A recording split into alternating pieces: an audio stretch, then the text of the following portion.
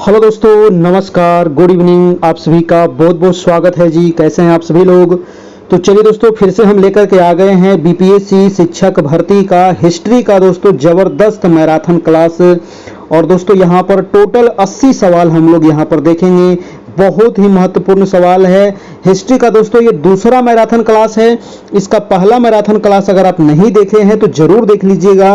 वहां भी दोस्तों आपको टोटल 80 सवाल आप लोग को करवाया गया था। बहुत इंपॉर्टेंट सेशन हुआ था।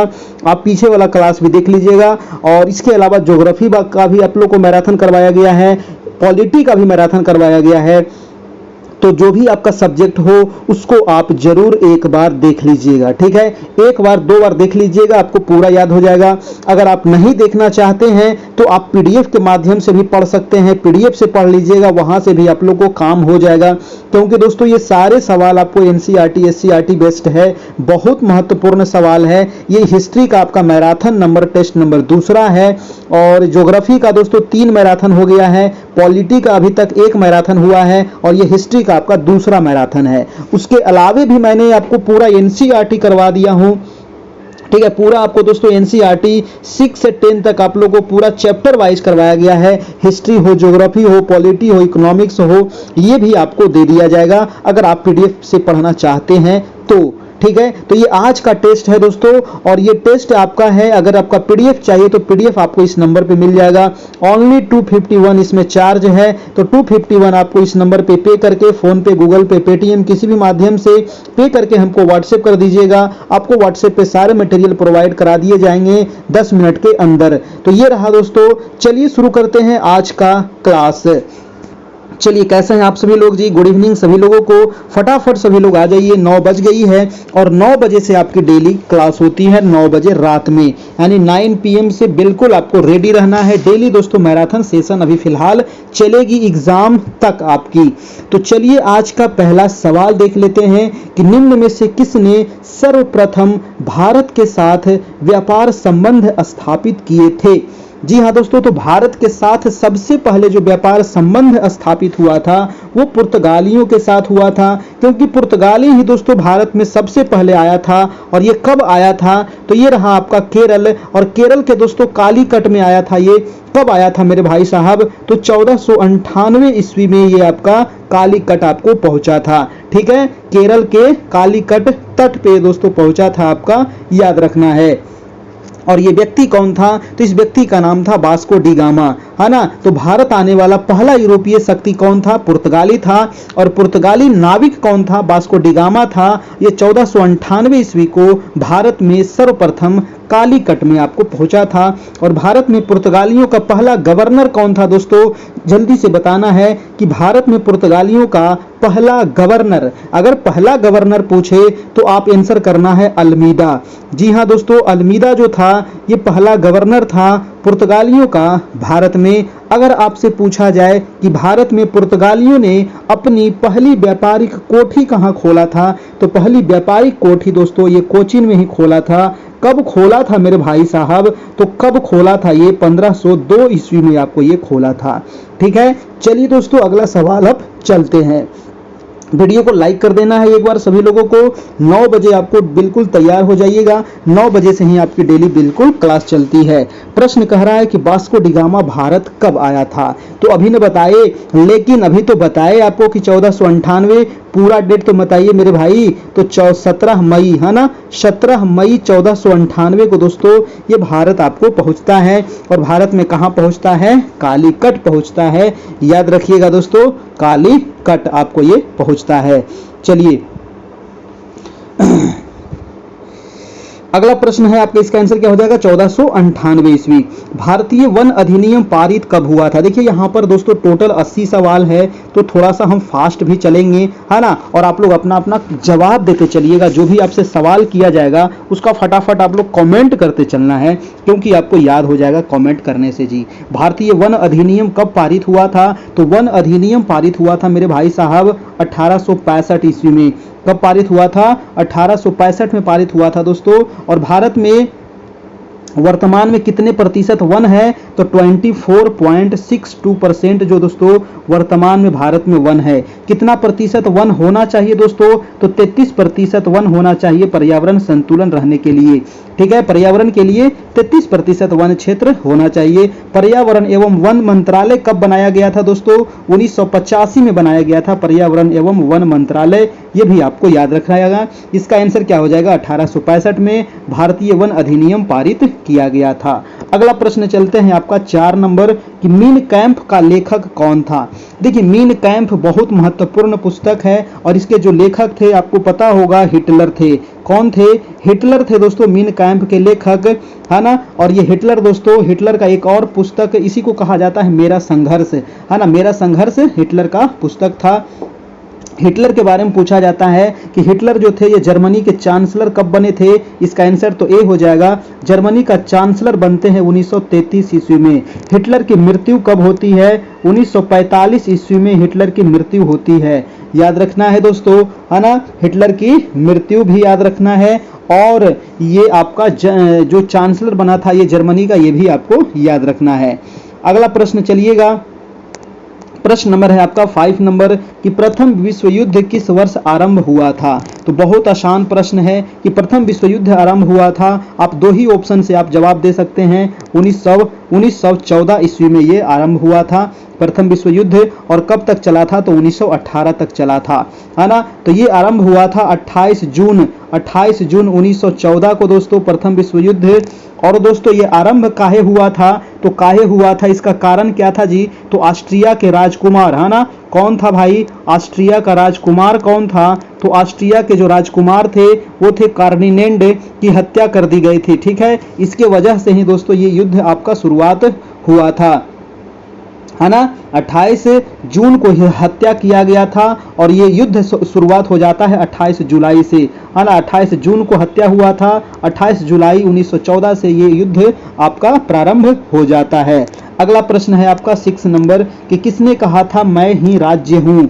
बहुत इंपॉर्टेंट सवाल है, मैं ही राज्य हूँ किसने कहा था, तो ये कहने वाला दोस्तों आपका फ्रांस का जो राजा था लुई 14वां। कौन था भाई, लुई 14वां जो था ये था आपका कहने वाला कि मैं ही राज्य हूं, यानी कि आंसर हो जाएगा आपका आंसर नंबर ए हो जाएगा। और लुई 14वां ने एक बात और कहा था कि मैं ही राज्य हूं और मेरे शब्द ही कानून है, ये भी कहा था लुई 14वां ही दोस्तों कहा था। फ्रांस की क्रांति कब होती है, तो 1789 में होती है। किसके शासनकाल में होती है, तो लुई 16वां के शासनकाल में होती है।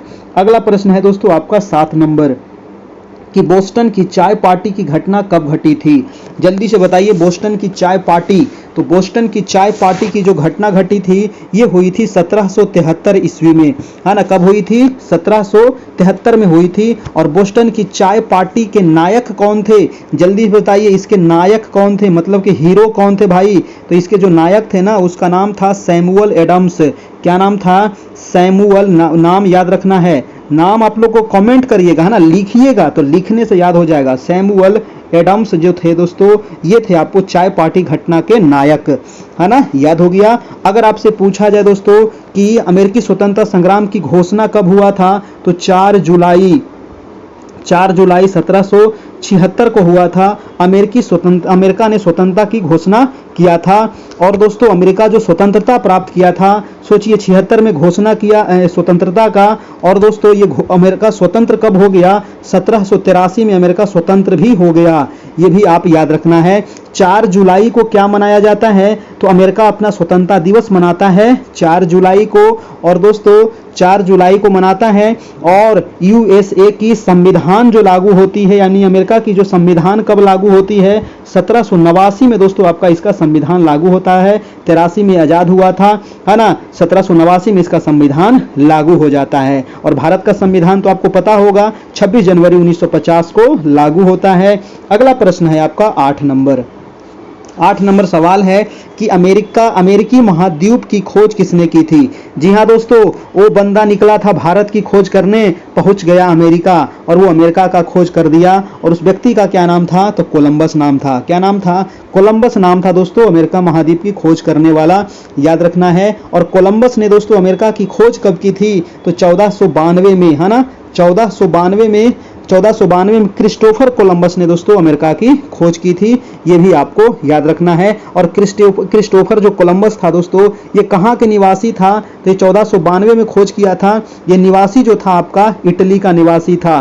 कहाँ के था, ये इटली का था, है ना, ये भी आपको याद रखना है। चलिए अगला प्रश्न चले। और वास्को डी गामा किसका खोज किया था, तो भारत के लिए समुद्री मार्ग का खोज किया था। नेक्स्ट है आपका 9 नंबर सवाल कि भारत में कोयला उद्योग कब आरंभ हुआ था।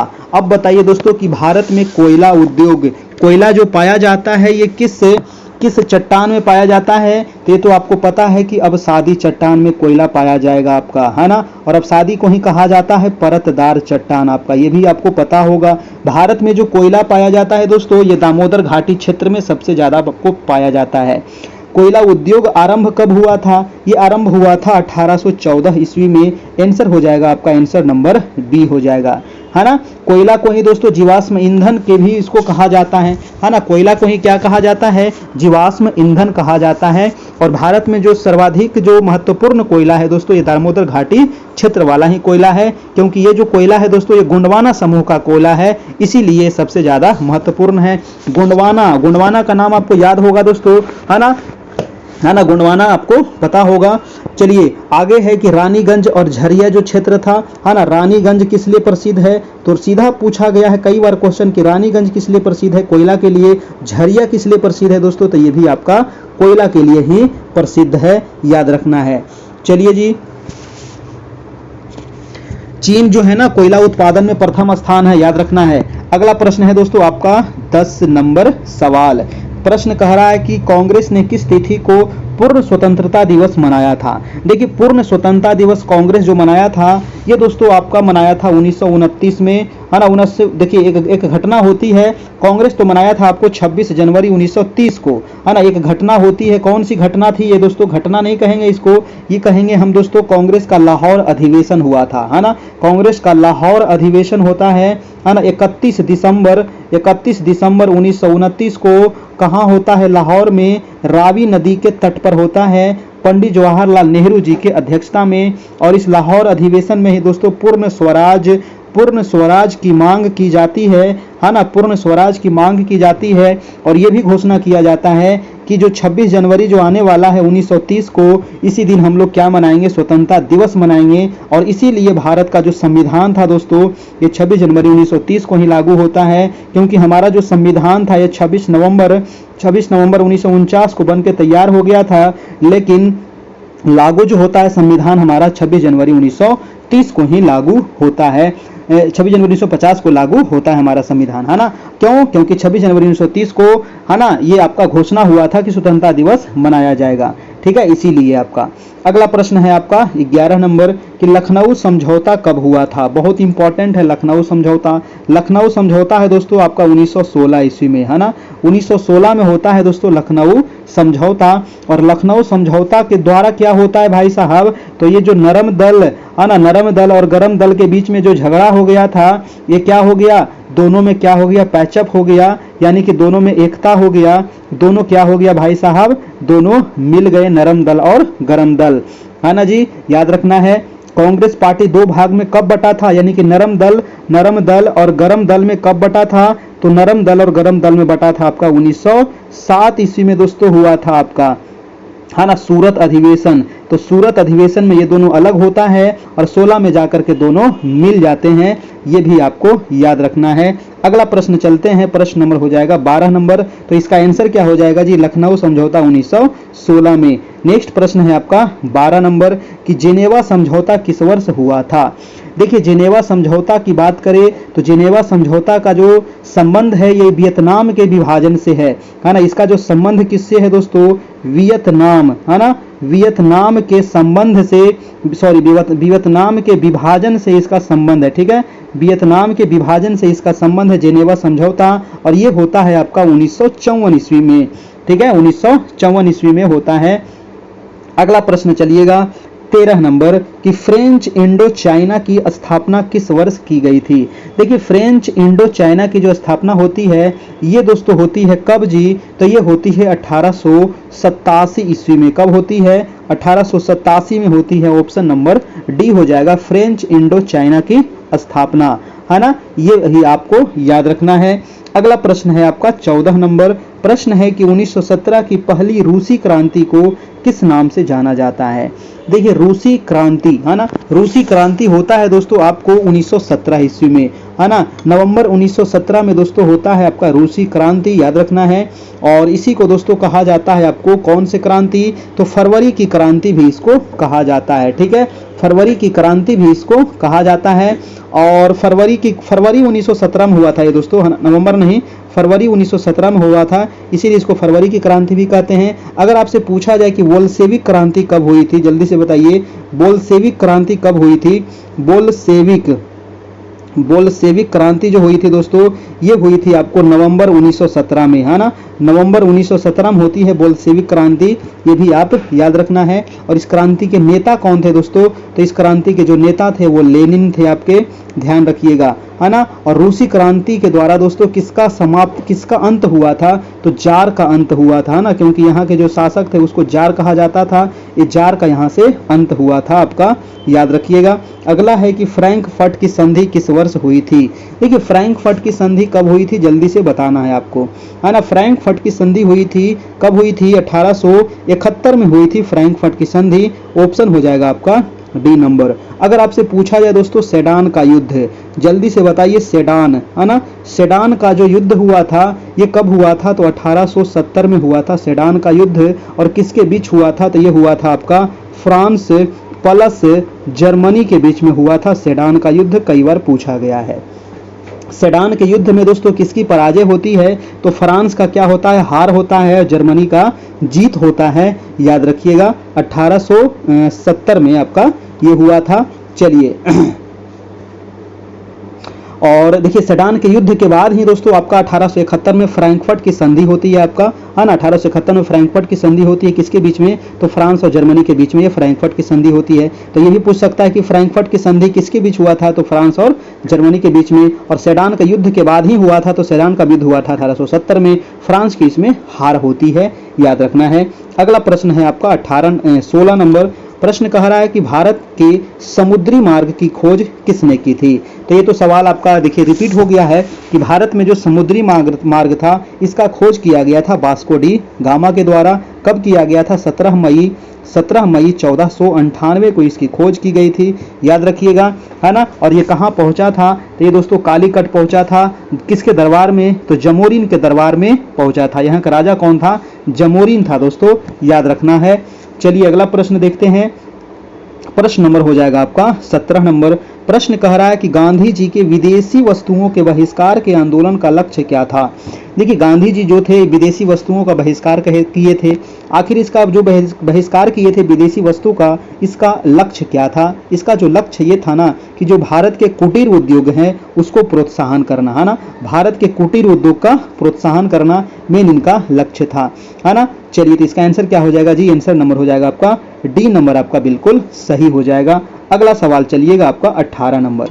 प्रश्न कह रहा है रजमनामा, रजमनामा किस फारसी अनुवाद है। देखिए रजमनामा ये बहुत इंपॉर्टेंट है, इसके बारे में कई बार पूछा गया है। रजमनामा नाम से दोस्तों फारसी में जो अनुवाद हुआ है ये महाभारत का हुआ है, ठीक है, महाभारत। किसको नहीं पता होगा, हर एक व्यक्ति देखा होगा महाभारत। हम लोग तो दोस्तों बचपन में ही देखे थे, जब आता था ना DD1 पे आता था, है ना, उसी समय देखे थे बचपन में ही, ठीक है। तो वो बहुत पुराना यादें हैं, बहुत मजा आता था, हर संडे को आता था महाभारत, है ना, DD1 पर, है ना, जबरदस्त मजा आता था संडे को, है ना जी। चलिए बताइए कि रजमनामा जो था ये किस फारसी अनुवाद था, किसका, तो ये हो जाएगा आंसर महाभारत का। ऑप्शन नंबर आपका ए हो जाएगा, आपका बिल्कुल सही हो जाएगा दोस्तों आपका, ठीक है जी। चलिए और अकबरनामा दोस्तों किसकी है, तो अबुल फजल, है ना, अबुल फजल के द्वारा ये लिखा गया था अकबरनामा। हुमायूं नामा दोस्तों गुलबदन बेगम की पुस्तक है ना। और रजमनामा जो है ये महाभारत का फारसी में अनुवाद है आपका। अगला प्रश्न है आपका, प्रश्न नंबर आपका 19 नंबर। प्रश्न कह रहा है कि 323 ईस्वी पूर्व में सिकंदर महान की मृत्यु कहाँ हुई थी। सिकंदर महान दोस्तों कौन नहीं नाम सुना होगा सिकंदर महान को, है ना। सिकंदर महान को पूरा दुनिया को जीतने चला था, लेकिन दोस्तों भारत को नहीं जीत पाया और ये दोस्तों यहाँ से फिर इसको लौटना पड़ गया था। तो दोस्तों 323 ईस्वी पूर्व में सिकंदर महान की जो मृत्यु होती है, ये होती है दोस्तों आपके बेबीलोन में। कहाँ होती है? ये बेबीलोन में इसकी मृत्यु हो जाती है। कहा जाता है कि युद्ध में, है ना, भारत में युद्ध में ये घायल हो गया था और इसी की वजह से दोस्तों इसका फिर मृत्यु हो जाता है। सिकंदर जो था दोस्तों, ये कहाँ का शासक था? तो ये मकदूनिया का शासक था, है ना। कहाँ का शासक था मेरे भाई साहब? ये मकदूनिया के शासक थे। और वीडियो को आप लोग लाइक काहे नहीं किए हैं अभी तक, है ना, लाइक काहे नहीं किए हैं जी? तो वीडियो को सर आप लोग लाइक तो कर दीजिए, एक बार लाइक कर दीजिए। सिकंदर कहाँ का शासक था? मकदूनिया का था। और ये दोस्तों किसका पुत्र था? तो ये फिलिप द्वितीय का पुत्र था, है ना, याद रखना है, फिलिप द्वितीय का दोस्तों ये पुत्र था सिकंदर आपका, ठीक है। सिकंदर के सेनापति कौन थे? तो सेल्यूकस निकेटर। दोस्तों ये सारे सवाल पूछे जाते हैं ना। सेल्यूकस निकेटर जो थे ना, सेल्यूकस निकेटर, ठीक है। तो सेल्यूकस जो निकेटर थे दोस्तों, ये आपका सिकंदर का सेनापति था, है ना। और 9 सेनापति कौन था? तो इसका सेनापति था सेल्यूकस निकेटर। और 9 सेनापति अगर पूछे तो निर्याकस, है ना, निर्याकस जो था ये 9 सेनापति था आपका, ये भी आपको ध्यान रखना है ना। निकेटर का मतलब ही होता है दोस्तों विजेता, है ना। नेक्स्ट प्रश्न चलते हैं आपका 20 नंबर। 20 नंबर सवाल कह रहा है कि शासन की संघीय प्रणाली इस अधिनियम के अंतर्गत स्थापित की गई थी। देखिए शासन की संघीय प्रणाली कह रहा है कि किस अधिनियम के अंतर्गत स्थापित हुआ था। तो शासन की जो संघीय प्रणाली स्थापित हुआ था दोस्तों, ये गवर्नमेंट ऑफ इंडिया एक्ट 1935, है ना। आपको पता होगा कि भारत का जो संविधान है, अधिकतर चीजें गवर्नमेंट ऑफ इंडिया एक्ट 1935 से ही लिया गया है। आंसर हो जाएगा हमारा, आंसर नंबर आपका बी हो जाएगा, याद रखना है, ठीक है ना। और इस एक्ट में दोस्तों कितने अनुच्छेद थे? तो गवर्नमेंट ऑफ इंडिया एक्ट 1935 में दोस्तों टोटल 321 इसमें अनुच्छेद थे और 10 इसमें अनुसूचियां थी। ये आपको भी ध्यान रखना है ना। अगला प्रश्न है आपका प्रश्न नंबर 21 नंबर, कह रहा है कि किस ईस्वी सन में मुस्लिम लीग ने एक अलग राष्ट्र का संकल्प स्वीकार किया था? बहुत इंपॉर्टेंट है दोस्तों, किस सन में कह रहा है कि जो मुस्लिम लीग थे एक अलग राष्ट्र का संकल्प पारित किया था? वो हुआ था आपका 1940 ईस्वी में। और इसका जो आंसर हो जाएगा वो आंसर नंबर देखिए, ऑप्शन नंबर डी हो जाएगा आपका, 1940 हो जाएगा। अगर इसके बारे में कुछ और जानकारी अगर देखा जाए, है ना, तो 1940 में दोस्तों आपका हुआ था मुस्लिम लीग अधिवेशन लाहौर में आयोजित हुआ था, ठीक है। 1940 में मुस्लिम लीग का अधिवेशन कहाँ हुआ था? तो लाहौर में दोस्तों ये अधिवेशन होता है 1940 में, याद रखना है। और इसी अधिवेशन में दोस्तों आपको सबसे पहली बार तो एक अलग राष्ट्र का संकल्पना पारित किया गया था और उसको कहा गया था पाक, यानी कि पाकिस्तान, ठीक है। चलिए PALK, तो ये था दोस्तों आपका। अगला प्रश्न हम चलते हैं, प्रश्न नंबर हो जाएगा 22 नंबर। फटाफट सभी लोग अपना अपना कमेंट करते चलना है। देखिए चैनल पर नए होंगे तो सब्सक्राइब भी कर लीजिएगा ताकि 9 बजे से दोस्तों आपको डेली नोटिफिकेशन मिल सके और आपको लाइव क्लास मिल सके डेली। प्रश्न है कि 1905 के बंगाल विभाजन के समय वायसराय कौन था? बंगाल का विभाजन कब होता है? तो बंगाल का विभाजन होता है आपका 1905 ईस्वी में, है ना। 1905 में आपका बंगाल का विभाजन होता है और इस समय वायसराय जो थे वो लॉर्ड कर्जन थे। लॉर्ड कर्जन का शासनकाल आपको नहीं याद है तो बता देता हूं, 1899 से 1905 ईस्वी तक दोस्तों इसका शासनकाल था। ये भारत का वायसराय था आपका, ठीक है ना जी। और इसी के समय बंगाल का विभाजन होता है। बंगाल विभाजन से संबंधित देखिए 2-3 को डेट आपको याद रखना है। जैसे कि बंगाल विभाजन की घोषणा, अगर पूछे कि बंगाल विभाजन की घोषणा का डेट क्या है, तो घोषणा का डेट हो जाएगा दोस्तों आपका 19 जुलाई, है ना। 19 जुलाई 1905 हो जाएगा आपको घोषणा का डेट। अगर पूछे दोस्तों बंगाल विभाजन लागू कब हुआ, है ना, तो लागू हुआ था आपको 16 अक्टूबर 1905 को, ठीक है। तो ये दोनों डेट आपको पूछा जाता है। घोषणा वाला 19 जुलाई 1905, लागू हुआ था 16 अक्टूबर 1905 को दोस्तों। और बंगाल विभाजन को रद्द फिर कब किया गया था, है ना, क्योंकि इसको फिर रद्द कर दिया गया था, तो रद्द किया गया था 11 दिसंबर, है ना। 11 दिसंबर 1911 को दोस्तों हुआ था दिल्ली दरबार, है ना। और जॉर्ज पंचम आए थे, है ना, और महारानी मेरी आई थी और उसी समय दोस्तों बंगाल विभाजन को रद्द कर दिया गया था और दोस्तों राजधानी को भी स्थानांतरित किया गया था आपको। अगला प्रश्न है दोस्तों, घोषणा किया गया था स्थानांतरित करने का, है ना। फिर 1912 में राजधानी स्थानांतरित हो जाता है ना, कलकत्ता से दिल्ली राजधानी बन जाती है। प्रश्न है दोस्तों कि प्रथम विश्व युद्ध छिड़ने का तत्कालीन कारण क्या था? प्रथम विश्व युद्ध तो सबको पता है कि आपको है ना। प्रथम विश्व युद्ध हुआ था आपका दोस्तों 1914 से लेके 18 तक। और प्रथम विश्व युद्ध का जो कारण था, है ना, कारण ये था कि ऑस्ट्रिया के जो राजकुमार थे उनकी हत्या कर दी जाती है ना। इनकी हत्या हो जाती है 28 जून 1914 को सेराजेवो में दोस्तों इसकी हत्या कर दी जाती है। और मेन यही कारण था कि 28 जून को हत्या होती है ना, 28 जून को हत्या होती है और 28 जुलाई से, है ना, 28 जुलाई 1914 से दोस्तों प्रथम विश्व युद्ध आरंभ हो जाता है। यानी कि आंसर हो जाएगा arc Duke Francisco de Ferdinand की हत्या कर दी गई थी।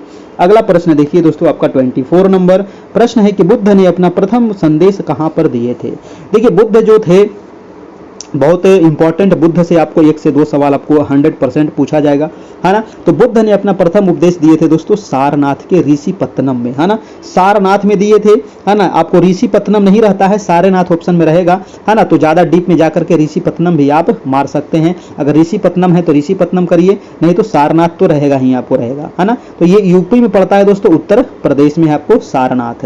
ऋषिपत्तनम को दोस्तों मृगदाब भी कहा जाता है, ठीक है। चलिए, और ऋषिपत्तनम में दोस्तों अपने 5 मित्रों को अपना प्रथम उपदेश दिए थे, है ना। 5 मित्र कहिए, शिष्य कहिए, सबसे पहले उन्हीं को अपना फिर उपदेश ये दिए थे दोस्तों, ठीक है।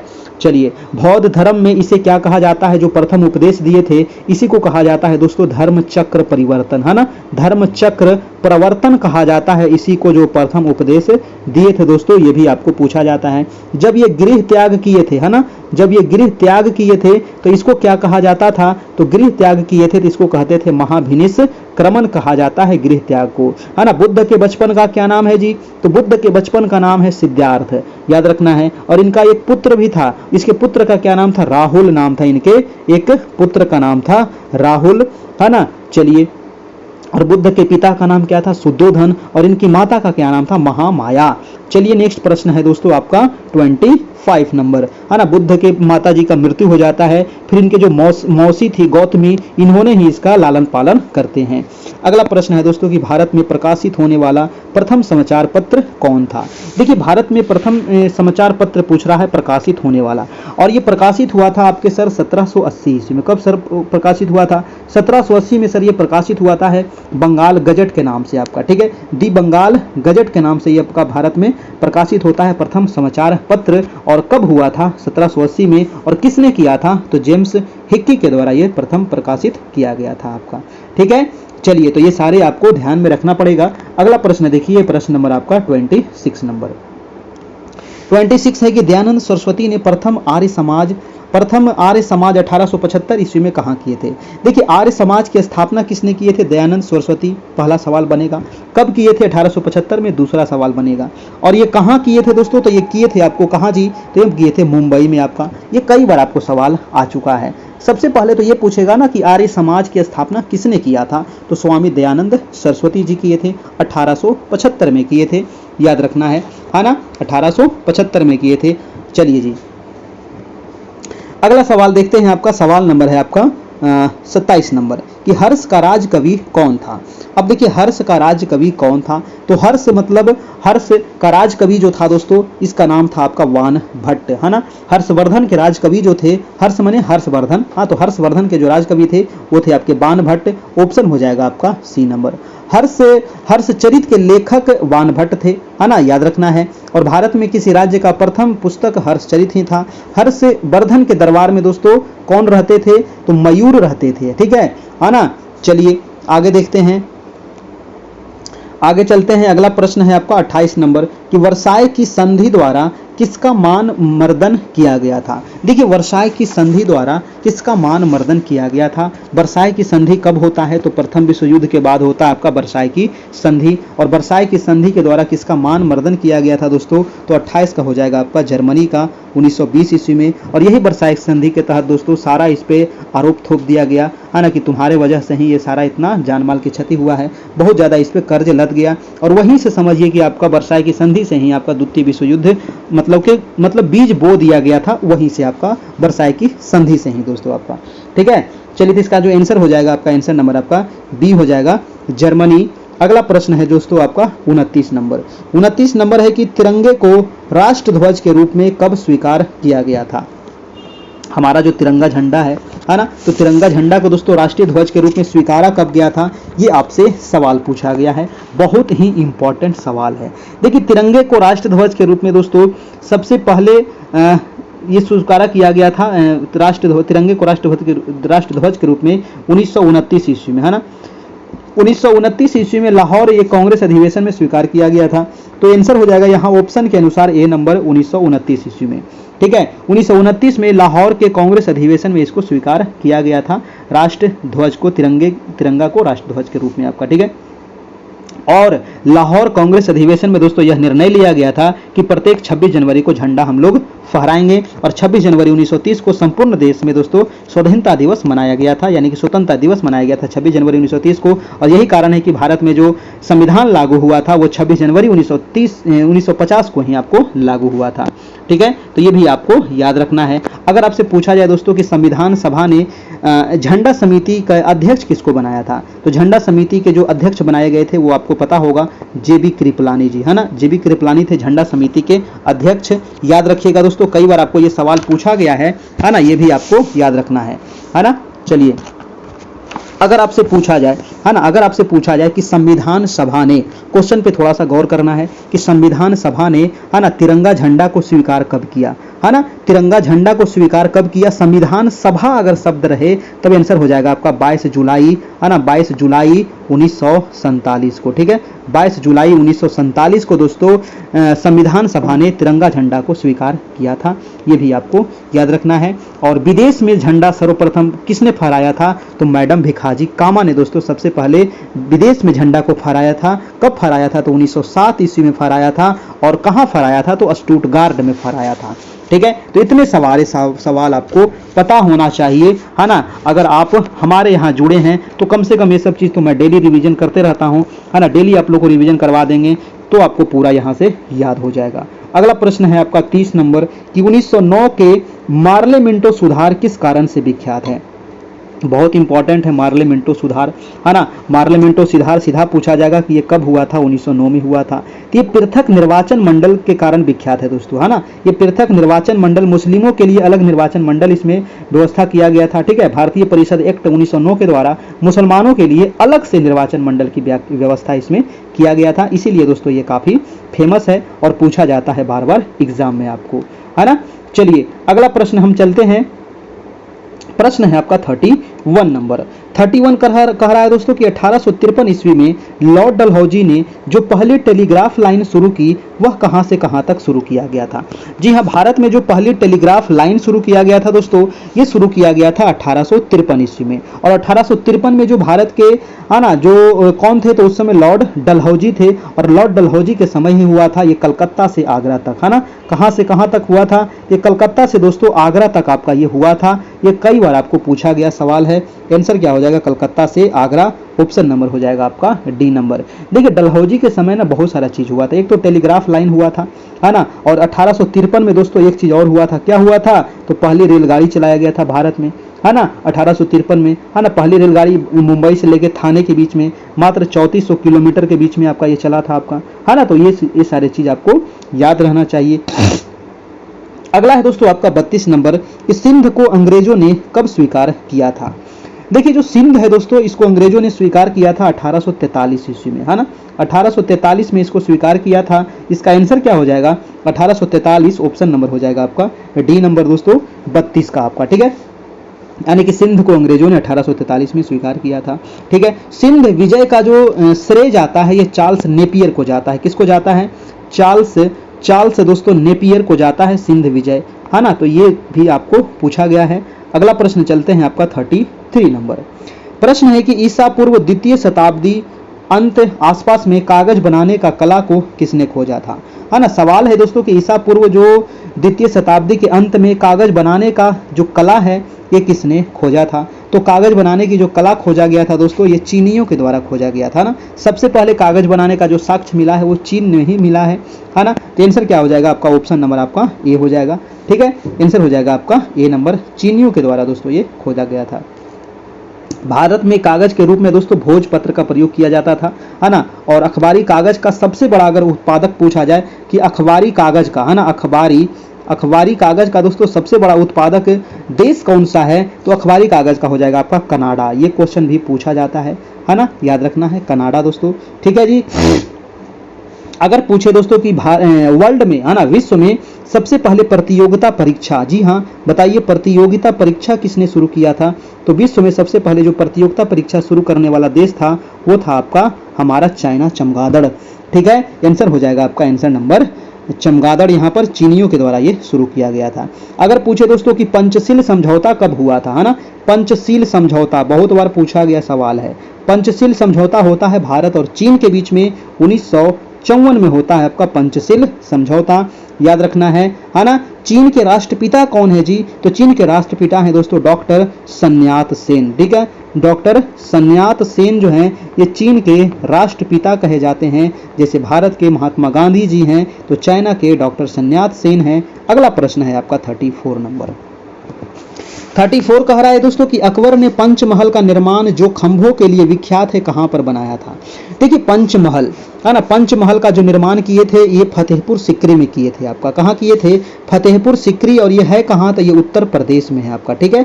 फतेहपुर सिकरी में है, कभी घूमने जाइएगा, है ना, तो आपको मिल जाएगा। फतेहपुर सिकरी में पंचमहल बनाया गया था अकबर जी के द्वारा, और ये फतेहपुर सिकरी उत्तर प्रदेश में है।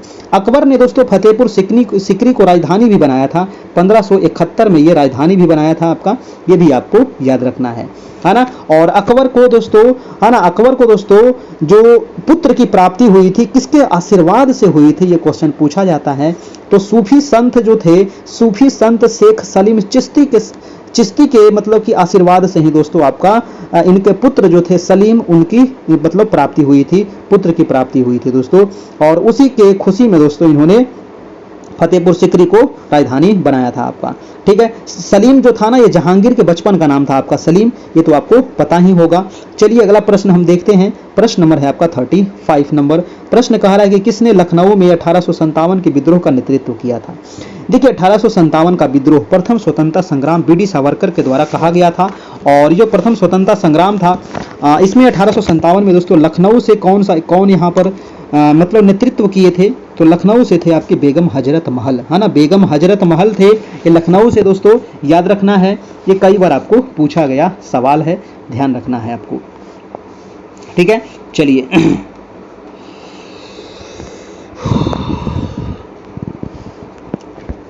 कुंवर सिंह तो आपको पता होगा ना कि बिहार से थे आपका, है ना, आरा से। अगला प्रश्न है कि संत कबीर के गुरु कौन थे, है ना, संत कबीर के गुरु कौन थे दोस्तों, तो संत कबीर के जो गुरु थे वो थे रामानंद। कौन थे, रामानंद जो थे दोस्तों, ये संत कबीर के आपके गुरु थे रामानंद। और रामानंद को दोस्तों राम नाम से लोकप्रिय बनाया गया था, याद रखना है। चलिए जी अगला प्रश्न देखते हैं। अगला प्रश्न है आपका, रामानंद जी हो गए हैं। काकोरी डकैती घटना के नायक कौन थे। जी हाँ, काकोरी डकैती घटना, है ना, काकोरी डकैती जो घटना होती है ये होता है 1925 ईस्वी में, है ना, काकोरी डकैती कांड। ये काकोरी जो घटना होती है ये जो घटना होती है दोस्तों ये कब हुई थी, तो 9 अगस्त 1925 को, ठीक है, 9 अगस्त 1925 को ये घटना होती है। और इसके जो नायक कौन थे, नायक याद रखिएगा राम प्रसाद बिस्मिल, राजेंद्र लाहिड़ी, है ना, राम प्रसाद बिस्मिल, राजेंद्र लाहिड़ी थे। और दोस्तों अशफाक उल्ला खां थे दोस्तों आपके इसके नायक थे आपका, है ना, तो ये भी आपको याद रखना है। चलिए इसका आंसर क्या हो जाएगा आपका, इस आंसर हो जाएगा 37 का हो जाएगा आपका answer number A, Ram Prasad Bismil आपका। नेक्स्ट सवाल चलते हैं दोस्तों, आपका सवाल नंबर है 38 नंबर। 38 नंबर सवाल कह रहा है कि निम्नलिखित में से प्राचीन विश्वविद्यालय कौन सा था। अब देखिए प्राचीन विश्वविद्यालय इसमें ऑप्शन दिया गया है, वल्लभी है, कन्नौज है, नालंदा है, वैशाली है। क्या होगा आपका 38 का, 38 का आंसर हो जाएगा क्या दोस्तों, बिल्कुल सही, नालंदा विश्वविद्यालय, है ना। नालंदा विश्वविद्यालय का जो था ये आपका भारत का प्राचीनतम विश्वविद्यालय है। आंसर हो जाएगा आपका answer number Nalanda, option number आपका सी हो जाएगा, है ना, नालंदा विश्वविद्यालय। नालंदा विश्वविद्यालय को दोस्तों किसने जलाया था, जल्दी से कमेंट करिएगा कि इसको दोस्तों जलाया था किसने, है ना, तो ये था बख्तियार खिलजी, उसी के द्वारा दोस्तों इसको जला दिया गया था, है ना, बहुत हरामी व्यक्ति था, है ना। आंसर क्या हो जाएगा आपका आंसर नंबर नालंदा विश्वविद्यालय, ऑप्शन नंबर आपका सी हो जाएगा। नेक्स्ट प्रश्न चलते हैं आपका 39 नंबर। फटाफट दोस्तों आप लोग अपना अपना जवाब देते चलिएगा। है ना, क्योंकि वीडियो जो है थोड़ा सा लंबा होगा, क्योंकि टोटल यहाँ पर 80 सवाल हम लेकर के आए हैं। प्रश्न है कि निम्न विद्वानों में से हड़प्पा सभ्यता का सर्वप्रथम खोजकर्ता कौन थे। देखिए हड़प्पा सभ्यता का खोज किसने किया था, ये आपसे पूछ रहा है। क्या होगा इसका आंसर। देखिए हड़प्पा सभ्यता का खोज किया गया था आपको कब, तो 1921 ईस्वी में, है ना। 1921 में इसकी खोज होती है दयाराम साहनी जी के द्वारा, है ना। दयाराम साहनी जी के द्वारा दोस्तों इसकी खोज होती है आपका। और इसका जो आंसर हो जाएगा, आंसर नंबर हो जाएगा आपका ऑप्शन नंबर डी हो जाएगा दोस्तों, बिल्कुल सही हो जाएगा, है ना। अगर आपसे पूछा जाए कि मोहनजोदड़ो की खोज किसने किए थे, बताइए।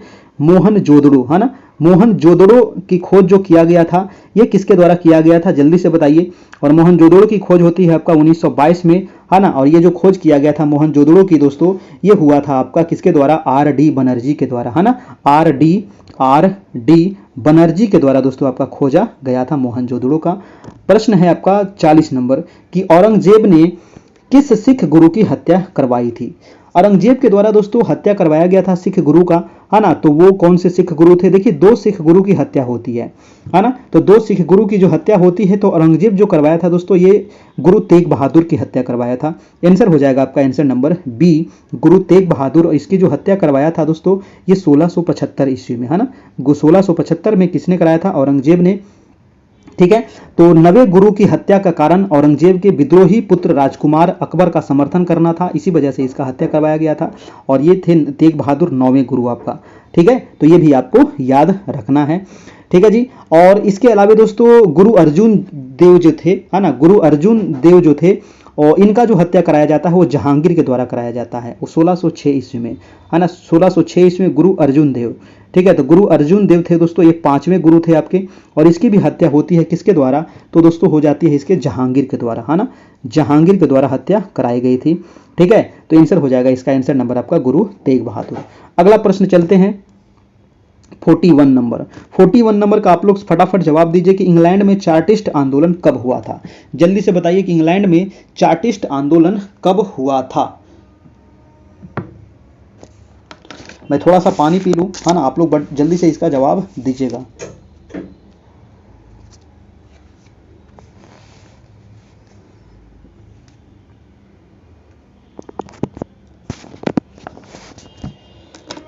हाँ दोस्तों, तो चलिए इसका जवाब देते हैं कि इंग्लैंड में चार्टिस्ट आंदोलन जो होता है दोस्तों, ये होता है कब जी, तो ये हुआ था दोस्तों 1838 में, है ना। कब हुआ था, 1838 में होता है दोस्तों आपको चार्टिस्ट आंदोलन, ये आपको याद रखना है। चार्टिस्ट जो आंदोलन था दोस्तों, ये बालिग पुरुषों के लिए मताधिकार की मांग को लेकर के हुआ था, है ना। क्योंकि इंग्लैंड के जो बालिग पुरुष थे उसको मताधिकार को मांग के लेकर ही वहां पर हुआ था। एक क्वेश्चन पूछा जाता है कि इंग्लैंड में दोस्तों महिलाओं को, है ना, महिलाओं को वोट देने का अधिकार कब दिया गया था। ये क्वेश्चन कई बार पूछा गया है, तो 1928 ईस्वी आपको याद रखना है, ठीक है। 1928 में दिया गया था सबसे पहले यहाँ पर महिलाओं को वोट देने का अधिकार। अगला प्रश्न चलते हैं आपका 42 नंबर। 42 है दोस्तों कि हिंद स्वराज नामक पुस्तक किसने लिखी थी। देखिए हिंद स्वराज जो ये पुस्तक है बहुत महत्वपूर्ण पुस्तक है, और ये है आपके हमारे राष्ट्रपिता महात्मा गांधी जी का, है ना। ऑप्शन हो जाएगा आपका ऑप्शन नंबर बी हो जाएगा आपका, बिल्कुल सही जवाब हो जाएगा दोस्तों। ये जो पुस्तक लिखा गया था दोस्तों, ये लिखा गया था जहाज यात्रा जब कर रहे थे, है ना, इंग्लैंड से अफ्रीका जा रहे थे गांधी जी। तो उसी यात्रा के दौरान अब बैठे बैठे क्या करें, तो करना है कुछ काम, वही किए कि ये स्वराज हिंद स्वराज लिखे। और ये बहुत महत्वपूर्ण पुस्तक थी आपका, है ना, हिंद स्वराज, ये यात्रा के दौरान ही इन्होंने लिखा था आपका, है ना जी। चलिए अगला प्रश्न हम देख लेते हैं आपका 43 नंबर। 43 नंबर प्रश्न है कि वियतनाम कम्युनिस्ट पार्टी के संस्थापक कौन थे, है ना। तो ये कम्युनिस्ट 2 बार हो गया है। वियतनाम कम्युनिस्ट पार्टी के संस्थापक आपसे पूछ रहा है, इसके संस्थापक कौन थे। 43 का आंसर क्या होगा, तो इसके संस्थापक थे हो ची मिन्ह, है ना, हो ची मिन्ह हो जाएगा आपका इसके संस्थापक दोस्तों, याद रखना है। और इस जो वियतनाम कम्युनिटी जो पार्टी था दोस्तों, कम्युनिस्ट पार्टी, इसकी स्थापना अगर पूछा जाए कि इसकी स्थापना कब होती है, तो 1925 में दोस्तों इसकी स्थापना होती है, ठीक है, 1925 में। अगला प्रश्न है आपका 44 नंबर। कह रहा है कि इंग्लैंड में समाजवाद का जनक किसे माना जाता है। देखिए इंग्लैंड में समाजवाद, तो इंग्लैंड में समाजवाद का जनक माना जाता है रॉबर्ट ओवेन को, है ना, रॉबर्ट ओवेन को माना जाता है। ऑप्शन हो जाएगा आपका ऑप्शन नंबर सी हो जाएगा दोस्तों, रॉबर्ट ओवेन को, है ना। समाजवाद को वैज्ञानिक आधार किसने माना था, तो कार्ल मार्क्स ने दोस्तों, है ना, कार्ल मार्क्स दोस्तों ये वैज्ञानिक, है ना, ये क्वेश्चन पूछा जाता है कि वैज्ञानिक समाजवाद को वैज्ञानिक आधार किसने माना था, तो कार्ल मार्क्स के द्वारा माना गया था, है ना। और दास कैपिटल और कम्युनिस्ट मैनिफेस्टो की ये घोषणा है। चलिए, दास कैपिटल जो पुस्तक लिखा गया था, है ना, दास कैपिटल ये पुस्तक 1867 में दोस्तों ये प्रकाशित हुआ था। अगला प्रश्न है आपका प्रश्न नंबर 45 नंबर प्रश्न है कि किस युद्ध के बाद जर्मनी का एकीकरण हुआ था। जर्मनी का एकीकरण कब हुआ, जल्दी से आपको बताना है।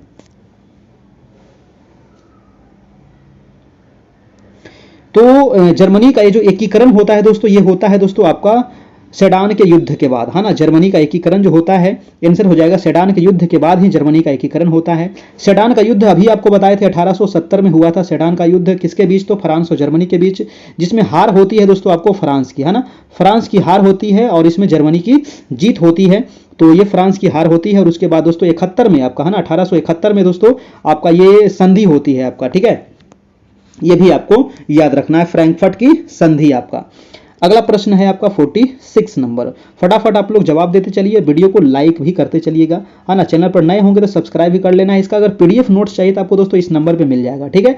इस नंबर पे आपको पीडीएफ सारे मिल जाएंगे, है ना। इसके जो भी मैराथन हो रहा है ये भी मिल जाएगा, जो भी आपका सब्जेक्ट होगा वो भी मिल जाएगा। और दोस्तों इसके अलावा आपका एनसीईआरटी पूरा आप लोग को 6 to 10 तक आपको पूरा दोस्तों चैप्टर वाइज आपको लाइन बाई लाइन करवाया गया है आपको, वो भी आपको पूरा मिल जाएगा आपको, है ना, ऑब्जेक्टिव आपका, ठीक है। तो चलिए इसका प्रश्न का जवाब आप लोग दीजिए कि शाही लीची का उत्पादन बिहार के किस जिला में होता है। बहुत इंपॉर्टेंट सवाल है।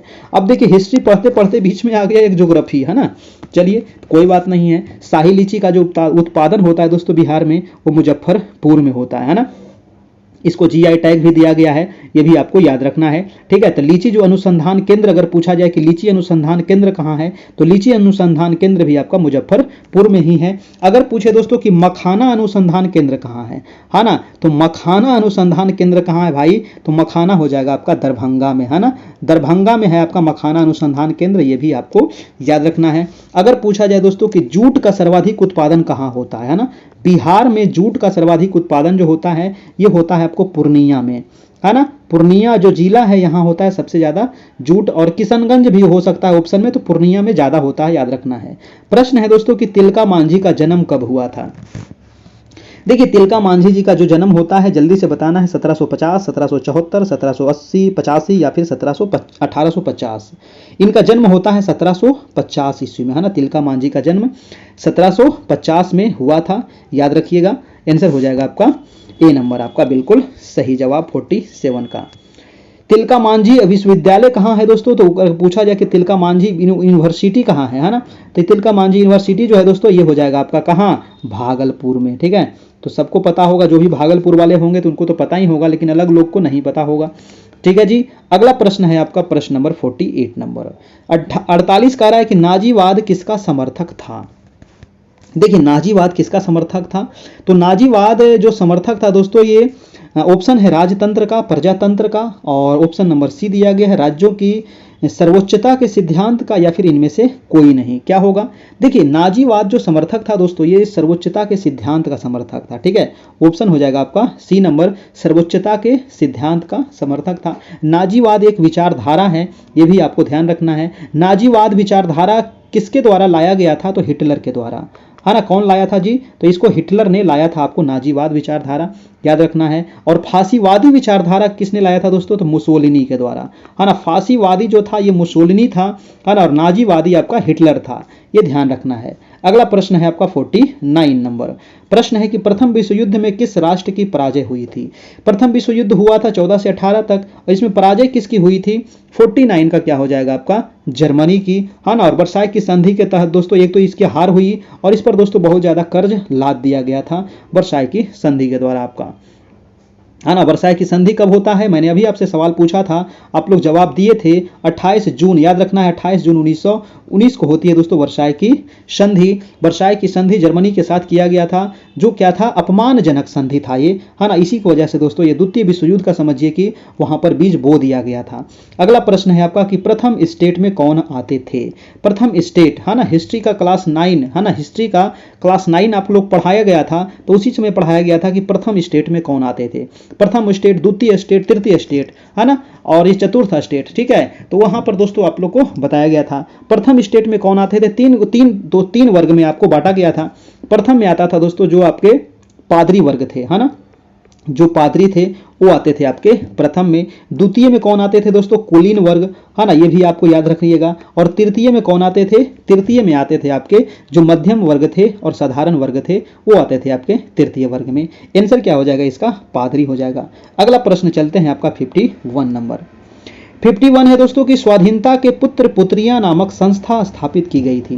देखिए स्वाधीनता के पुत्र पुत्रियां नामक जो संस्था स्थापित की गई थी, ये दोस्तों किसके द्वारा, मतलब कब स्थापित की गई थी, ये आपसे पूछ रहा है। क्या होगा, है ना, 51 का आंसर क्या होगा दोस्तों, ये हुआ था आपका अमेरिकी स्वतंत्रता संग्राम के दौरान आपका, है ना, अमेरिकी स्वतंत्रता संग्राम के दौरान हुआ था, ये भी आपको याद रखना है। बोस्टन की चाय पार्टी का जो संबंध है ये किससे है, तो बोस्टन की चाय पार्टी का संबंध आपको पूछा जाता है सैमुअल एडम्स से है आपका। बोस्टन की चाय पार्टी की घटना कब होती है, जल्दी से बताइएगा, है ना, बोस्टन की चाय पार्टी ये घटना कब होती है दोस्तों, 1775 में होती है बोस्टन की चाय पार्टी, है ना। चलिए, और अमेरिका पर भी राज दोस्तों कर रहा था कौन, तो ब्रिटेन ही राज कर रहा था, और 13 उपनिवेश पर ब्रिटेन का अधिकार था अमेरिका का दोस्तों, ठीक है, याद रखना है दोस्तों। और अमेरिकी स्वतंत्रता जो संग्राम चला था कब से कब तक, तो 75 से लेकर के 83 तक, और यही 83 में दोस्तों 4 जुलाई, है ना, 4 जुलाई 1983 को आजाद हो जाता है आपको कौन, अमेरिका, है ना, और दोस्तों 89 में इसका संविधान भी लागू हो जाता है, ठीक है। अगला प्रश्न है दोस्तों आपका 52 नंबर। 52 सवाल है, कह रहा है कि समुद्री मार्ग से विश्व का परिभ्रमण सबसे पहले किसने किया था, तो आंसर क्या हो जाएगा 52 का, समुद्री मार्ग से कह रहा है दोस्तों विश्व का परिभ्रमण सबसे पहले किसने किया था, तो परिभ्रमण करने वाला जो व्यक्ति था वो था मैगलेन।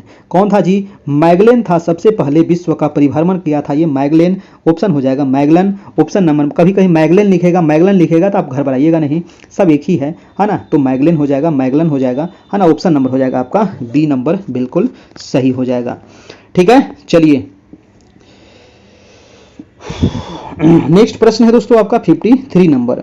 चोल की राजधानी कहाँ थी, बहुत इंपॉर्टेंट सवाल है। चोल की राजधानी थी आपको तंजौर। कहाँ थी, चोल की जो राजधानी थी सभी को याद होना चाहिए तंजौर, फटाफट सब लोग कमेंट कीजिए तंजौर, है ना। चोल की राजधानी कहाँ थी, तंजौर, चोल की राजधानी तंजौर, तंजौर, तंजौर, याद रखना है ना। और कावेरी पत्तनम जो था दोस्तों ये चोल काल में कावेरी नदी का बंदरगाह था, ठीक है। चलिए अगला प्रश्न देखते हैं, आपका प्रश्न नंबर हो जाएगा आपका 54 नंबर।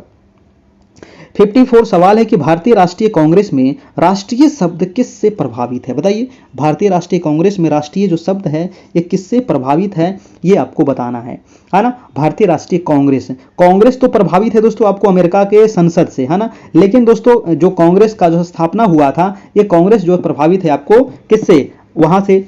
चलिए अब यहां पर पूछ रहा है कि जो भारतीय राष्ट्रीय कांग्रेस जो है इसमें राष्ट्रीय शब्द किससे प्रभावित है, तो 54 का क्या हो जाएगा आपका ब्रिटिश शासन के विरुद्ध प्रतिक्रिया से आपका, ठीक है, ब्रिटिश शासन के विरुद्ध प्रतिक्रिया से दोस्तों ये आपका प्रभावित है, याद रखना है आपका, है ना। चलिए अगला प्रश्न है दोस्तों आपका 55 नंबर। प्रश्न कह रहा है कि निम्नलिखित में से किसे काला पैगोडा के नाम से जाना जाता है। काला पैगोडा के नाम से किसको जानते हैं, काला पैगोडा के नाम से जाना जाता है दोस्तों कोणार्क का सूर्य मंदिर, है ना। कोणार्क का सूर्य मंदिर जो आपका उड़ीसा राज्य में है इसी को कहते हैं काला पैगोडा भी कहा जाता है, याद रखना है ना। ऑप्शन हो जाएगा दोस्तों, ऑप्शन नंबर आपका सी हो जाएगा, है ना जी। चलिए नेक्स्ट प्रश्न है दोस्तों आपका, अगला प्रश्न है आपका 56 नंबर। कह रहा है कि 20 अगस्त 1917 के सुधारों की घोषणा को जाना जाता है।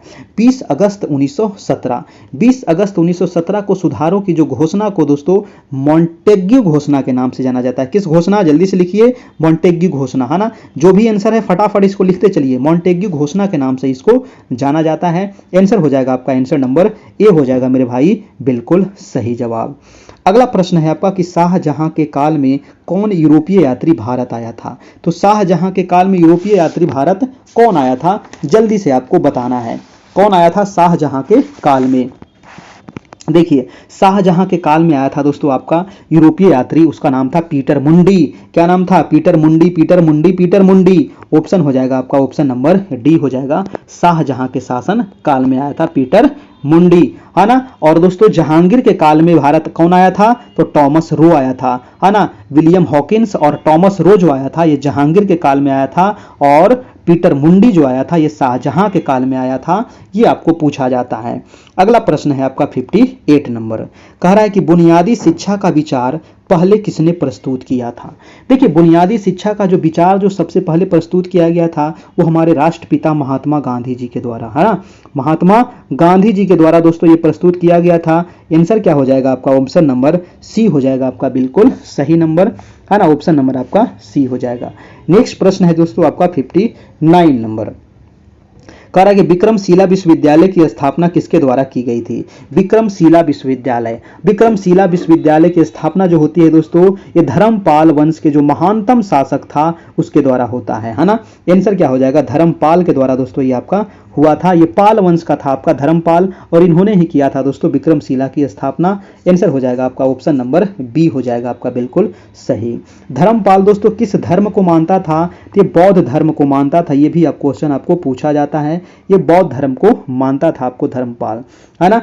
चलिए अगला प्रश्न है आपका 60 नंबर सवाल।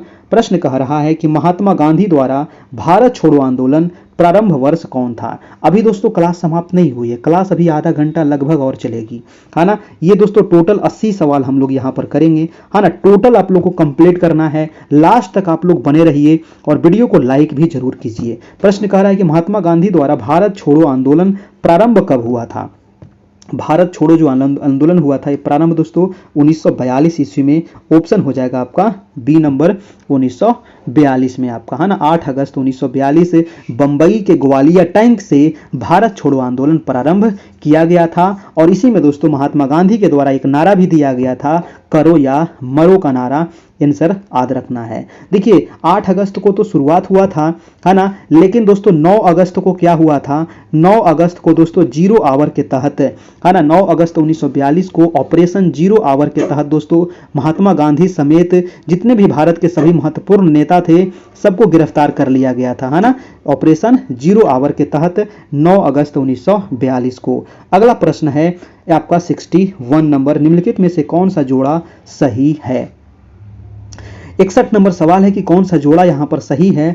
Chelmsford Rowlatt Act, Lord Reading Delhi Durbar, Lord Willingdon Prince of Wales Bharat आगमन, लॉर्ड हार्डिंग दूसरा गोलमेज सम्मेलन। इसमें दोस्तों जो आपका सम्मिलित हो जाएगा वो हो जाएगा ऑप्शन नंबर ए हो जाएगा, है ना। भारत के वायसराय जो चेम्सफोर्ड के समय ही दोस्तों रॉलेट एक्ट पारित हुआ था, और लॉर्ड चेम्सफोर्ड के समय ही रॉलेट एक्ट यानी कि 1919 में पारित हुआ था। ऑप्शन नंबर ए आपका बिल्कुल सही है, बाकी सारे यहां पर क्या है, गलत है दोस्तों, है ना। आंसर क्या हो जाएगा आपका, आंसर नंबर ए हो जाएगा। अगला प्रश्न है आपका 62 नंबर। प्रश्न है कि राष्ट्रीय कांग्रेस कार्यकारी समिति ने भारत छोड़ो नामक आंदोलन का अनुमोदन कहां से किया था।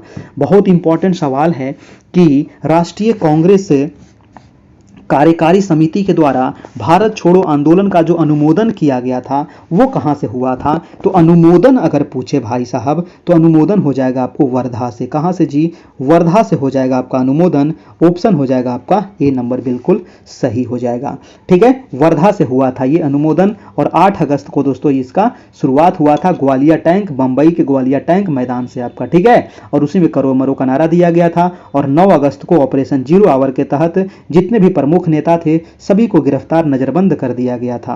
अगला प्रश्न है आपका 63 नंबर की इनमें से कौन अलीपुर बम षड्यंत्र में शामिल था। देखिए अलीपुर बम षड्यंत्र में शामिल कौन था। ऑप्शन है एस.एन. बनर्जी, बिपिन चंद्रपाल, जतिन दास, अरविंद घोष। क्या होगा दोस्तों, क्या होगा 63 का, इसका आंसर हो जाएगा अरविंद घोष। अलीपुर बम कांड बहुत इंपॉर्टेंट सवाल है आपका।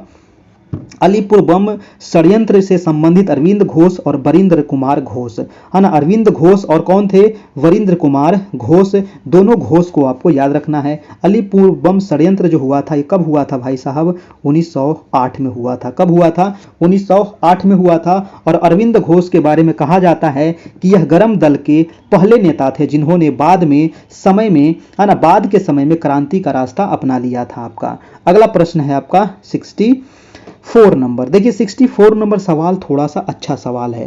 कह रहा है कि निम्नलिखित पर विचार करना है कि रॉलेट एक्ट आंदोलन, खेड़ा आंदोलन, चंपारण सत्याग्रह, अहमदाबाद मिल हड़ताल। कह रहा है कि उपरोक्त गांधीवादी आंदोलन का क्रम आपको सजाना है दोस्तों, कि सबसे पहले कौन हुआ था, उसके बाद कौन हुआ था। तो आपको पता है कि सबसे पहले हुआ था आपको चंपारण, यानी कि ऑप्शन नंबर 3 हो जाएगा पहले। चंपारण के बाद हुआ था अहमदाबाद मिल, है ना, अहमदाबाद मिल हड़ताल हुआ था, तो आंसर हो जाएगा 3 के बाद सॉरी अहमदाबाद बिल नहीं, खेड़ा हो जाएगा आपका, है ना। इसके बाद खेड़ा हुआ था आपका, दूसरा हो जाएगा, उसके बाद 4 होगा, उसके बाद 1 होगा आपका, है ना। 3 2 4 1 हो जाएगा आपका, ठीक है। 3 2 4 1 रॉलेट एक्ट, अहमदाबाद मिल हड़ताल, ठीक है। चंपारण हुआ था दोस्तों सबसे पहले, है ना, 1917 में हुआ था। और 1917 में होता है चंपारण, में इसको डिटेल में ही कर देता हूँ, थोड़ा सा ये कन्फ्यूजन नहीं रहना चाहिए। चंपारण हुआ था आपका 1917 में। और देखिए अहमदाबाद मिल मजदूरों के पक्ष में हड़ताल किया गया था 1918 में, है ना। तो ये हुआ था दोस्तों आपका 1918 में। और दोस्तों खेड़ा आंदोलन जो हुआ था ना, खेड़ा आंदोलन, ये भी गुजरात के खेड़ा जिले में ही हुआ था आपका, ये भी हुआ था आपका 1918 में ही। और रॉलेट एक्ट जो आंदोलन हुआ था, रॉलेट एक्ट जो हुआ था दोस्तों, ये हुआ था आपका 19 में, है ना, 1919 में हुआ था। इसका आंसर क्या होगा, इसका आंसर देखिए आपको 3 4 2 1 हो जाएगा, है ना। पहले 3 4 3 हो जाएगा, पहले 3 आएगा, फिर 4 आएगा, फिर 2 आएगा, फिर 1 आएगा, है ना। चंपारण हुआ था, उसके बाद अहमदाबाद मिल हुआ था, उसके बाद खेड़ा हुआ था, तब हुआ था रॉलेट एक्ट हुआ था, ठीक है। चलिए अगला प्रश्न है आपका 65 नंबर। 65 के भारतीय बिस्मार्क के रूप में किसे जाना जाता है। भारतीय बिस्मार्क किसको कहा जाता है, तो वो थे सरदार वल्लभ भाई पटेल को कहा जाता है। सरदार वल्लभ भाई पटेल को कहा जाता है दोस्तों भारतीय बिस्मार्क कहा जाता है इनको, है ना। भारतीय बिस्मार्क कहा जाता है। आंसर हो जाएगा ए नंबर आपका। अगला प्रश्न चलते हैं, आपका प्रश्न नंबर 66 नंबर है। कह रहा है कि किस काल में भारत में मजदूर आंदोलन पर कम्युनिस्ट विचारधारा का प्रभाव पड़ा। तो मजदूर आंदोलन पर कम्युनिस्ट विचारधारा का जो प्रभाव पड़ा था दोस्तों, ये कब पड़ा था। आंसर क्या हो जाएगा आपका 1924 से लेकर के 34 ईस्वी तक, है ना। तो भारत में जो मजदूर आंदोलन पर कम्युनिस्ट विचारधारा का जो प्रभाव पड़ा था, ये 1924 से आपका 34 के बीच में आपको ये दोस्तों हुआ था। आपका आंसर हो जाएगा आपका आंसर नंबर बी। अगला प्रश्न है आपका 67 नंबर। कह रहा है कि स्वदेशी आंदोलन की औपचारिक घोषणा कब की गई थी। देखिए स्वदेशी आंदोलन, है ना, स्वदेशी आंदोलन वही भारत छोड़ो आंदोलन के समय हुआ था। तो स्वदेशी आंदोलन का दोस्तों औपचारिक जो घोषणा होता है, घोषणा याद रखना है ना, जो घोषणा होता है दोस्तों, ये होता है 7 अगस्त 1905 को, ठीक है। घोषणा होता है 7 अगस्त 1905 को होता है आपका, है ना, स्वदेशी आंदोलन की औपचारिक घोषणा। लॉर्ड कर्जन ने दोस्तों 19 जुलाई 1905 को बंगाल विभाजन की घोषणा की थी। अगर पूछे कि बंगाल विभाजन की घोषणा कब हुई थी, है ना, ये देखिए घोषणा ये है स्वदेशी आंदोलन का 7 अगस्त 1905। अगर पूछे बंगाल विभाजन की घोषणा कब हुई थी, तो बंगाल विभाजन की जो घोषणा हुई थी दोस्तों, इसका डेट आपको याद रखना है। तो ये हुआ था आपको 19 जुलाई, है ना, 19 जुलाई 1905 को हुआ था आपका, है ना। और दोस्तों अगर पूछा जाए आपसे, है ना, अगर आपसे पूछा जाए कि बंगाल विभाजन का जो घोषणा हुआ था ये लागू कब हुआ, है ना, तो ये लागू कब हुआ था, तो 16 अक्टूबर को हुआ था, ठीक है। बंगाल विभाजन लागू हुआ था आपका 1905 16 अक्टूबर को, और घोषणा हुआ था 19 जुलाई 1905 को हुआ था।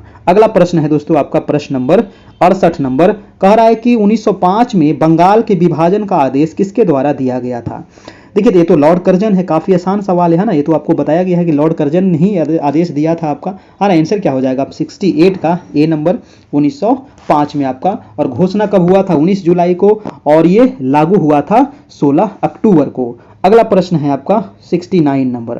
प्लासी के युद्ध का मैदान कहाँ स्थित है। बहुत अच्छा सवाल है ना, बहुत हल्का भी सवाल है। प्लासी के युद्ध का जो मैदान होता है, मैदान था, ये कहाँ है। प्लासी के युद्ध कब हुआ था, तो 1757 में हुआ था ना। प्लासी का युद्ध 1757 23 जून, है ना, 23 जून 1757 का होता है प्लासी के युद्ध दोस्तों। और प्लासी के युद्ध में दोस्तों ये जो मैदान है ये बंगाल में है ना, पश्चिम बंगाल के जो नदिया जिला है, ठीक है, पश्चिम बंगाल के जो नदिया जिला है यहीं पर दोस्तों आपको ये है आपका भागीरथी नदी के किनारे है आपका। आंसर हो जाएगा आपका आंसर नंबर देख लीजिए बंगाल, डी नंबर आपका बिल्कुल सही आंसर हो जाएगा। अगला प्रश्न देखते हैं आपका 70 नंबर।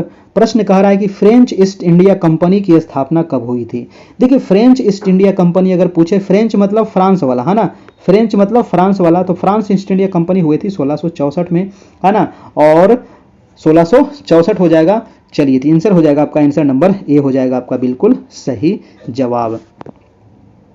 अगला प्रश्न है आपका 71 नंबर। 71 कह रहा है कि वास्को डी गामा ने भारत के किस पहले बंदरगाह का दौरा किया था? तो सबसे पहले बंदरगाह का जो दौरा किया था यानी कि पहुंचा था वो कालीकट में ही पहुंचा था, है ना। ऑप्शन नंबर बी हो जाएगा। यहाँ का राजा जो जमोरिन था, इन्होंने दोस्तों उसका जबरदस्त स्वागत भी किया था। और बाद में दोस्तों यही अंग्रेज हम पे वो इतना ज्यादा भारी हो गया, है ना। 71 का आंसर क्या हो जाएगा आपका, B number. Vasco da Gama कब आया था दोस्तों? ये पूरा डेट याद रखिएगा, 17 मई 1498 को, है ना। बार बार कहते हैं पूरा डेट लिख लीजिएगा, 17 मई 1498 को ये आपको आया था, ठीक है। अगला प्रश्न चलिए आपका, अगला प्रश्न है आपका 72 नंबर कि शिवाजी का राजधानी कहाँ था? जी हाँ दोस्तों, शिवाजी का राजधानी कहाँ था? तो शिवाजी का राजधानी था दोस्तों छत्तीसगढ़ की राजधानी रायगढ़, है ना। रायगढ़ जो था दोस्तों ये शिवाजी की राजधानी थी। ऑप्शन हो जाएगा आपका ऑप्शन नंबर ए हो जाएगा आपका रायगढ़। शिवाजी दोस्तों अपना राज्याभिषेक कब किया था ये पूछा जाता है, तो 6 जून, है ना, 6 जून हुआ था, 6 जून 1600, है ना, 6 जून इसका डेट हो जाएगा 6 जून 1674 को हुआ था, ठीक है। 6 जून 1674 को दोस्तों ये रायगढ़ में करवाया था। इसका किसने दोस्तों राज्याभिषेक करवाया था ना, वो पंडित का नाम पूछता है दोस्तों, वो गंगा भट्ट था, है ना।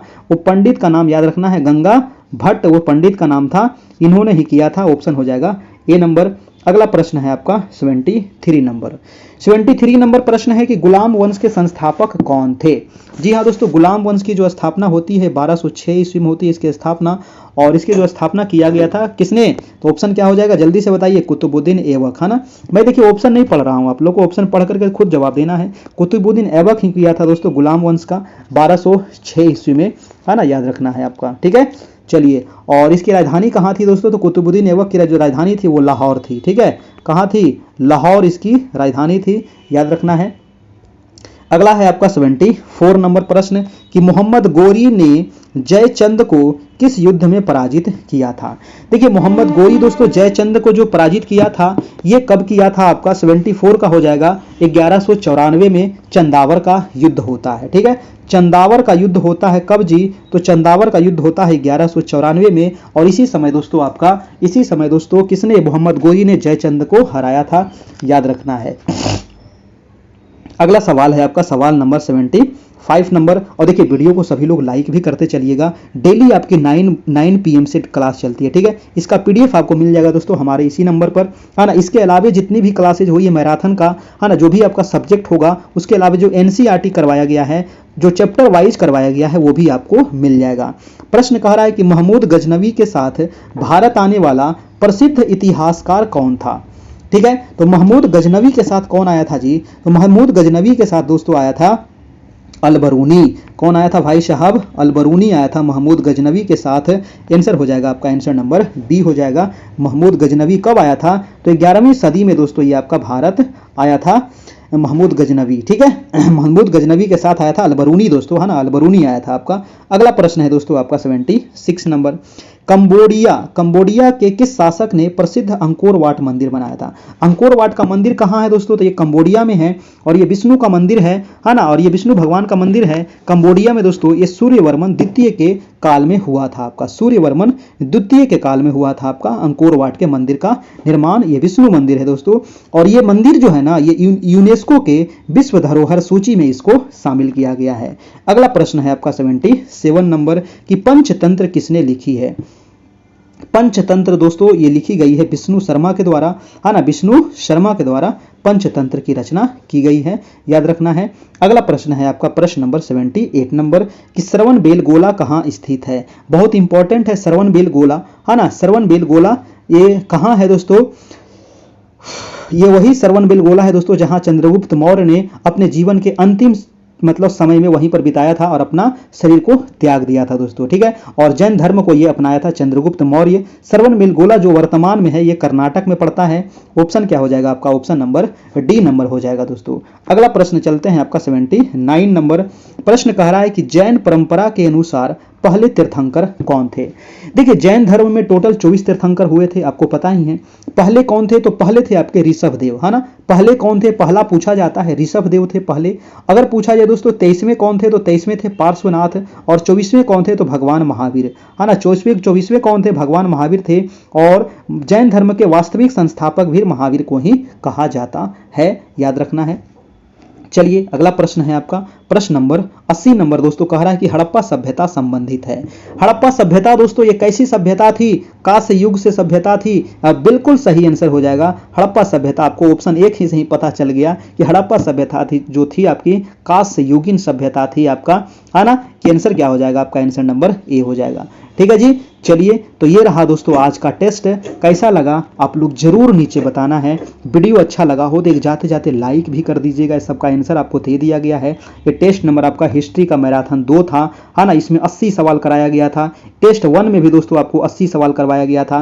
ये सारे सवाल ना आपके एग्जाम के लिए बहुत इंपॉर्टेंट है दोस्तों। यहाँ से देखिएगा एग्जाम में आपको डायरेक्ट वे में लड़ेगा बहुत सारा सवाल, है ना। ये रहा आपका व्हाट्सएप नंबर, ये रहा आपको फोन पे गूगल पे, जहां आपको 251 का दोस्तों मात्र चार्ज लगेगा। और सारे आपको जो मैराथन क्लासेज हो रही है ये सारे आपको मिल जाएंगे। और इसके अलावा जो एनसीईआरटी हुआ है पीछे, है ना, इसका पीडीएफ वीडियो भी अगर चाहिए तो वीडियो भी मिल जाएगा। सब चीज़ आपको मिल जाएगा। जो भी टेस्ट हुआ है हिंदी वाला वो भी मिल जाएगा, है ना। उसके अलावा जो एनसीईआरटी हुआ है 6 to 10 तक वो भी आपको चैप्टर वाइज मिल जाएगा, है ना। ओनली 251। अब ज़्यादा समय नहीं बचा है। अगर आपको पढ़ना है लेना है तो ले सकते हैं, क्योंकि फिर बाद में लेने से कोई फायदा है नहीं, ठीक है। क्योंकि अभी आपके पास ज़्यादा समय नहीं है। आज देखिए आपका 5 तारीख तो हो गया ना, 5 तारीख हो गई। अब तो आपके पास मात्र दोस्तों 17-18 दिन आपके पास समय बचा है। तो इतने दिन में आपको जो पढ़ना है पढ़ लीजिए भाई साहब, है ना। फिर आपको जो करना होगा करते रहिएगा, ठीक है जी। तो ये वीडियो कैसा लगा दोस्तों? अच्छे से रहिएगा, खुश रहिएगा और बिल्कुल आप लोग तैयारी अपनी जोर शोर से करते रहना है ना। तैयारी में कोई कमी नहीं होनी चाहिए, है ना। और हमें जितना होता है दोस्तों, जितना हो सकता है मैं आप लोग के लिए करता हूं। बस आप लोग इसी प्रकार से अपना प्यार बनाए रखिए और डेली आप लोग 9 बजे से देखते रहिए, है ना। तो ये था आज का क्लास हिस्ट्री का। और कल हम लेकर के आएंगे दोस्तों फिर से आपका पॉलिटी का, है ना। कल आपका होगा पॉलिटी का मैराथन, जिसमें आपको दोस्तों बहुत महत्वपूर्ण सवाल हम लेकर के आए हैं, उसको बना रहे हैं। अब बहुत मेहनत लगता है बनाने में भाई साहब, 4 घंटा लगभग इसको बनाने में लग जाता है ना। फिर आप लोग को पढ़ाने में 1.5 घंटा 2 घंटा लग जाता है। मतलब कि 6 से 7 घंटा दोस्तों ये वीडियो बनाने में लग जाता है आप लोग के लिए, है ना। सोचिए कितना मेहनत किया जाता है। बुक से क्वेश्चन छांटना, सारा उसको टाइपिंग करना, उसको सारा करना, है ना। इसके बारे में बहुत सारा चीज कलेक्ट करना, लिखना, ठीक है। बहुत मेहनत लगता है। आपके एक लाइक के लिए एक लाइक तो कर दीजिएगा जाते जाते, है ना। चैनल पर नए होंगे तो सब्सक्राइब भी कर लेना है, ठीक है। चलिए तो फिर मिलते हैं कल, तब तक के लिए good night, good bye, take care, खुश रहिए, मस्त रहिए, अच्छे से रहिए, एकदम जबरदस्त रहिए। धन्यवाद।